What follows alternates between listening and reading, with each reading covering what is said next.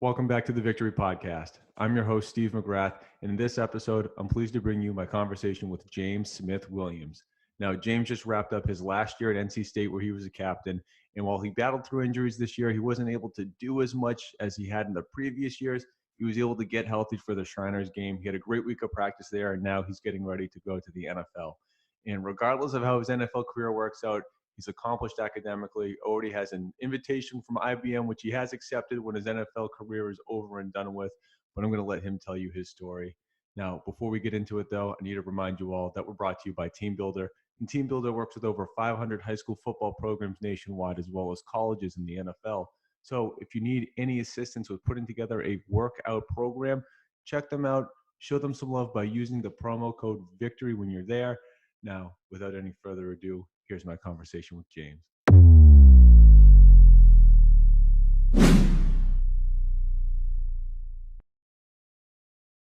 All right, on the line, I am pleased to be joined by James Smith Williams, the captain from NC State, taking the time. James, how are you doing today? I'm doing great. I appreciate you having me on.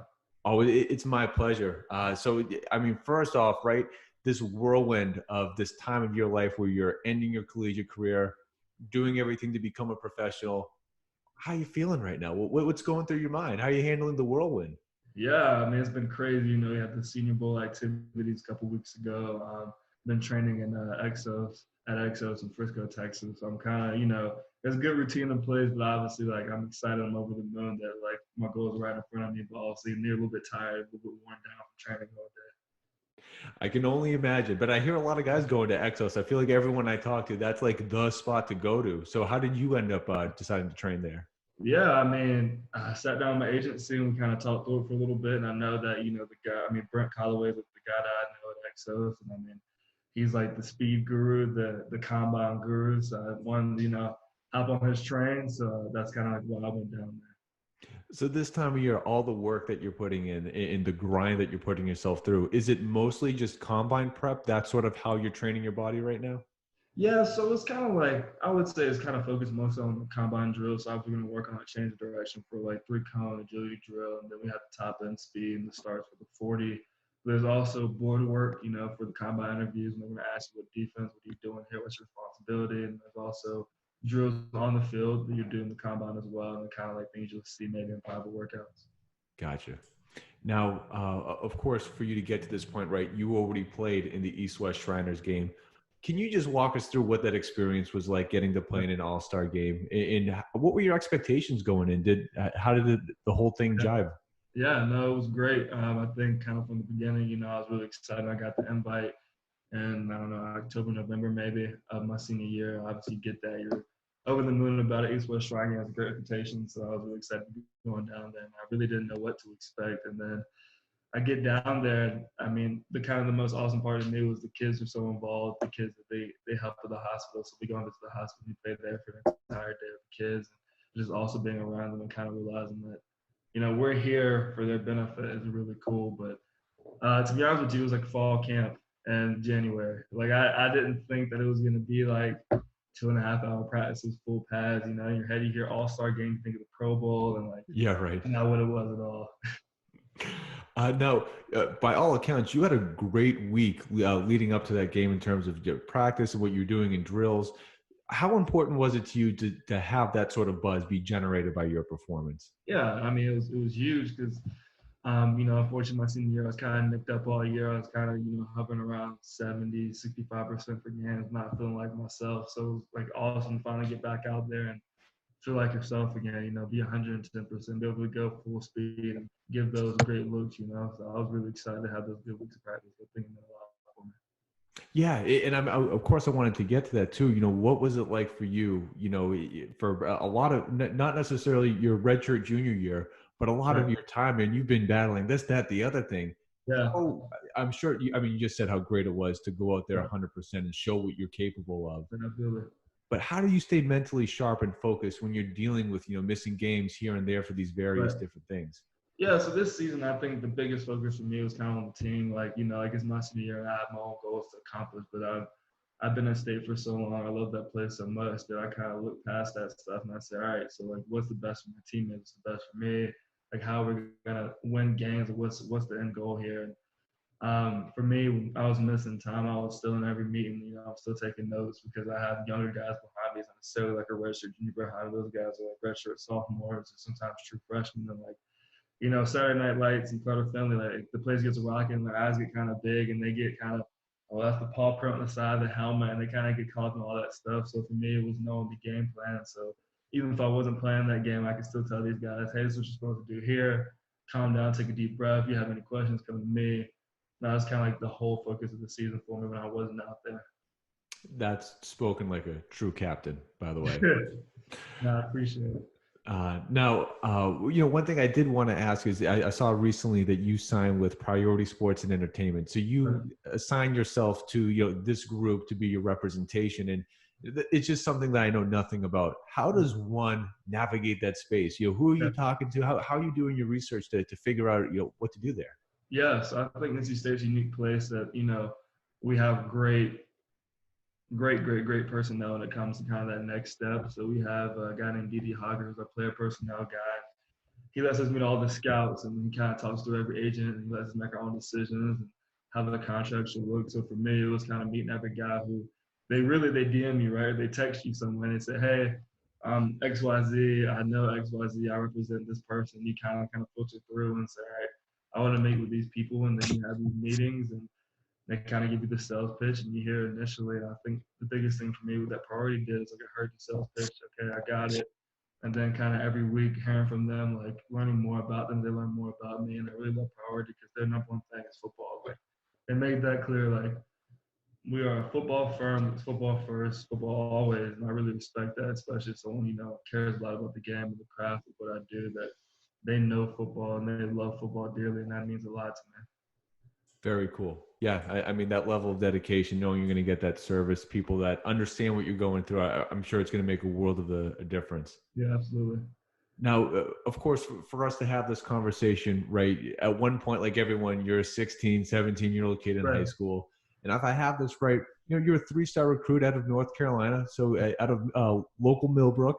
So just take us back, man. I mean, I know you're National Honor Society, all academic honor roll. You're a very smart individual. Right. How often were you thinking about football being a vehicle for you to do sort of pave a pathway for you in college, and just how did it all come together? Yeah. So my mom's biggest thing actually always was, you love football, play football, do your thing, but like academics. So like that's kind of like where the ball started and stopped for me. Was I was to take care of my business off the field, and in terms of schoolwork, like I had the great GPA, I tested really well, but actually I was going to Columbia for med school before I went to NC. Like that was my second school. I was gonna go to Columbia for med school. Yeah. So I tell my mom, I visit NC State. They offer me.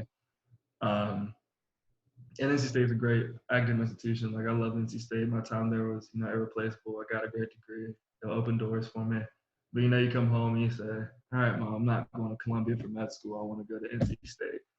And it's kind of like, whoa, wait a minute. Like, what I'm saying? That's the way she's saying it. But, the recruitment process was really cool. I got to see all the Ivy Leagues, and a lot of ACC schools offer me up the East Coast. And I got to travel to those places. And I think my situation is more unique. That even though I was a 3-star kid, I really more so probably a 2-star. And those offers came after like going to camps and performing in front of the coaches. Like I know Boston College brought me up for like an official visit / workout deal. And, I worked down from the coaches for like an hour and a half before I got that scholarship offer. And then NC State, I went to like their senior day deal. And kind of the same thing. So it's kind of always about earning offers for me. And I think that kind of gave me a different perspective than guys who come in with like 60 plus offers. Yeah, right. Well, I mean, Columbia is probably not used to being anyone's safety choice, but I mean, that's their problem, not yours. Right. What was it about NC State, though? What was it that put you over the edge? Like, you know what, this is where I have to be. Yeah, I think for me, like a really big thing was that they had a great engineering school. Even though I didn't do engineering to get my degree in it, but like they were a great academic institution in that regard. That's where I started at. I love the coaching staff. Like I thought they were great guys, and like the things they preached like really resonated with me. Like they're all about, you earn what you get here, the blue collar. You're gonna have to work hard. You're gonna have to push yourself, and like that's the deal. I'm all for that. And then, I'm close to home, close to mom. And then a lot of people I know are going to NC State, so it's kind of like this mixture of academics being close to home and also like big time ACC football. You can play against the best of the best. Yeah, and I mean, you did so at a high level. But for you to get to that, 2018, when you have that really big retro junior year, you go through a couple of years of battling some injuries and also just earning your spot on the team. Right. Was it? And I mean, you have moments, right, where you have the blocked punt for a touchdown against Notre Dame and everything. But for you to redshirt your first year there and then sort of work your way into the system. What's just how did you go about doing that and just sort of leveling your game up year after year to get to a point where you can be an impact player? Yeah, I think, obviously I stepped from the campus, I'm 198 pounds soaking wet. So that's kind of the first thing is that I was a defensive end in high school and NC State saying, all right, well, you're less than 200 pounds. You're not sniffing the line of scrimmage right now. So I learned nickel and I was like the second string nickel for like that entire winter. And I gained like 20 pounds, 25 pounds. And I moved to will linebacker. And then, I played that for like a year or so. And then I'm still figuring out redshirting, still gaining weight. So then next year I'm probably around like 240. And obviously it's the Bradley Chubb show. With all respect in the world to him, he's a freak player, right? And I learned a lot from him. So it's his show for 2 years, and I'm kind of in the wings waiting. I mean, I think that goes back to like why I came to NC State is that they never promised me anything. It was never like, well, you're going to do this right away. It was you're going to earn what you get. And I think sitting behind him, seeing how he carried himself, the moves he did, and then I live with BJ Hill.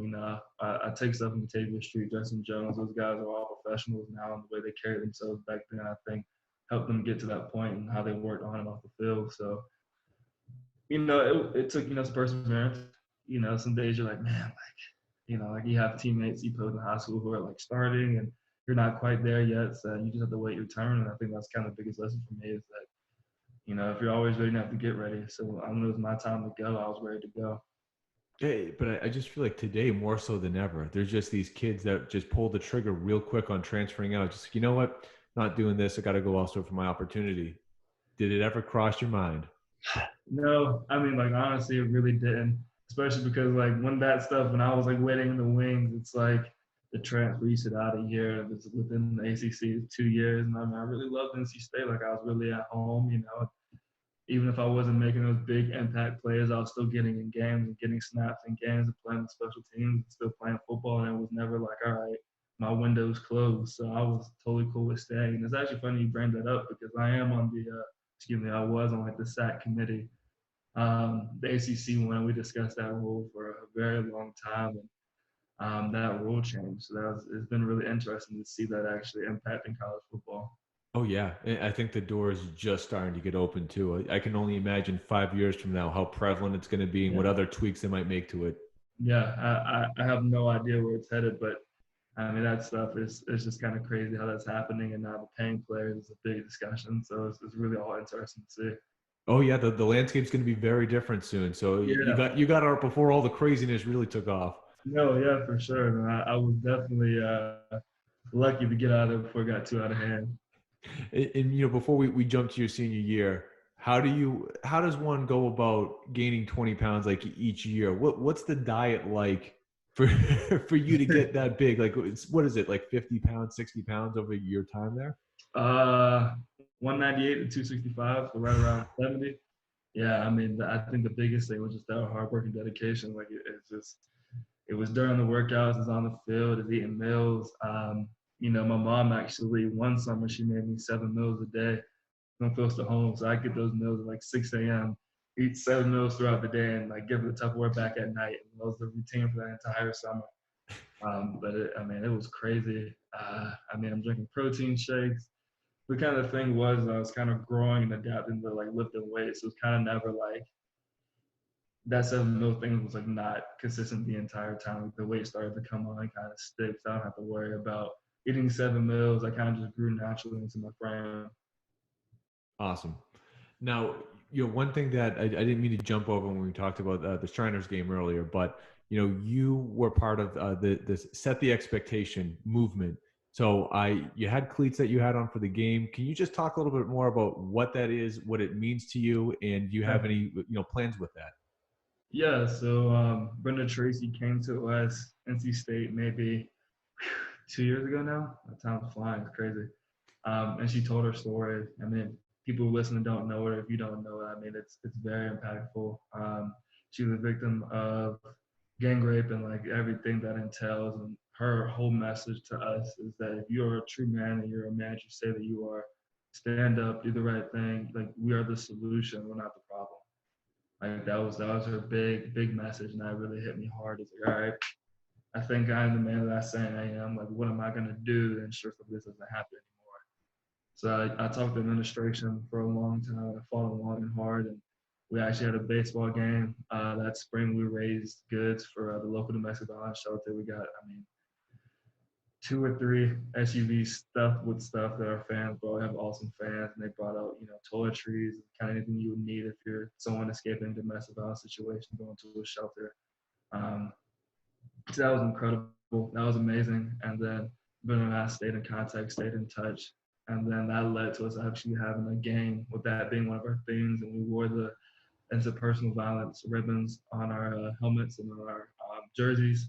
That was also awesome. And I think for me, it's just seeing her cause grow and helping her cause grow. I mean, it just really, pulls at my heartstrings. My mom raised me, so I can never just imagine like violence against a woman in any way. Like that's something that really kind of sticks with me and hits hard to me. So that was just an amazing opportunity to be able to work with her. And then, obviously we're growing still, and there's some things in the way. And I dedicate a lot of my time to her cause, and that hasn't changed. So hopefully you see some stuff on Instagram, pretty soon. I can't announce anything too early, but there's definitely some things on the way with her that I'm just so excited about. That's awesome. And as your profile is going to grow and grow, of course, with the combine, the draft, and being able to be, hopefully, God willing, on an NFL roster next But year, you're going of to really course, have the opportunity to continue to help that message get spread. And it's just such a fundamental thing of human decency. How are we treating each other? What are we really right. doing here? That it's going to it obviously resonates with people, and it's only going to continue to grow. So Yeah. I'm looking forward to seeing what you put up on social. Of course, of course. I'm sure let you know. Now, obviously, you're a very well-rounded guy. With football, of course, this means a lot to you, the set the expectation movement. But Right. also, we've already talked about the education, right? So you've already done a summer internship with IBM. You have Yep. a job waiting for you, and I mean, it's not just like some business or office job somewhere. It was robotic automation. Can you just speak a little bit about what that experience was like and how you Yeah. set yourself up for success? Yeah. So I mean, that was pretty crazy. I had a former teammate who worked there who kind of got me in touch with the manager. Like, we're taking interns. I'll come interview, want to talk to you. So I interviewed with them, ended up getting the job. I split them after one of my classes. I actually really caught their eye. They offered me the internship. I still have a great relationship with them, and it's so funny because I always tell people that like when I walked into that building with that internship class, I was like immediately the least smart person there. Like, like that's a little bit unfamiliar coming from the background I came from. But I mean, it was such a humbling experience. Like I'm working with people who are from like,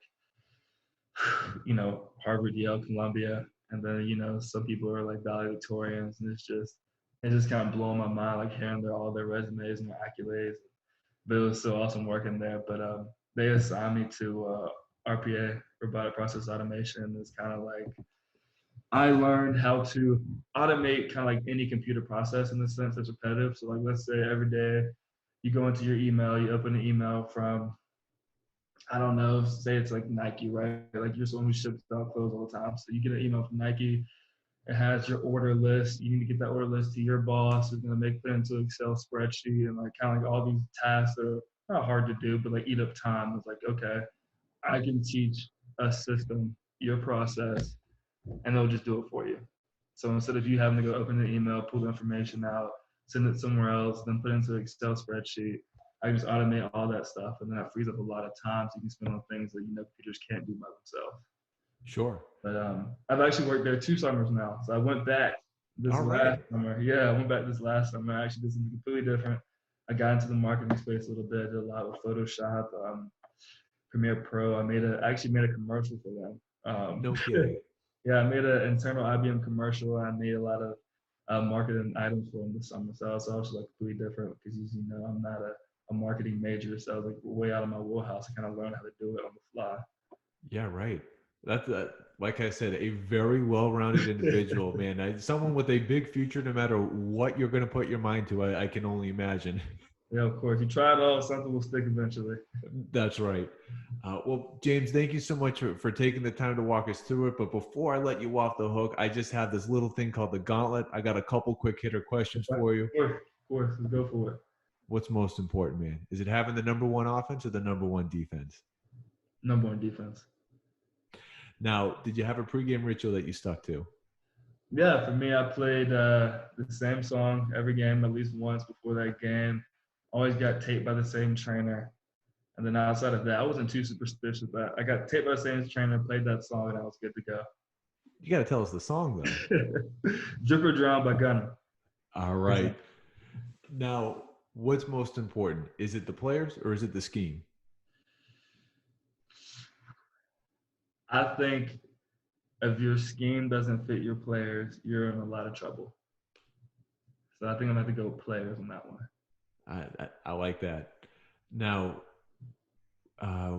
if you were to give props to anyone that you played against, whether it's this past year or 3 or 4 years ago, is there anyone that you'd give a shout out to as being like, you know what, this guy really gave me trouble out there. I'm sure he's going to be a big name out there. Yeah. So it's funny you say that because my first response always the best player I ever played against is Quentin Nelson because of course. Yeah, fair enough. Yeah. All right. Well, I just got one last one for you, and I think it's most important considering everything you've already accomplished in your life with big things to come. What's the best piece of advice that you would give to, some high school aged, 15, 16-year-old that looks at you and says, hey, how do I get to where you are? Yeah, I think for me, the sense of urgency was paramount. Like every day when your feet hit the ground, you got to go and you got to achieve what you have laid out in front of you. And then you have to go to bed that night, like peacefully knowing that I did everything I could that day to be the best version of myself possible, to put the best product out there. Simple enough, but I love it. Hits the nail right on the head, if you ask me. Well, James, lastly, where can everyone find you on social media? Yeah, so on Twitter, JACSW3. Same thing for Instagram. There you have it.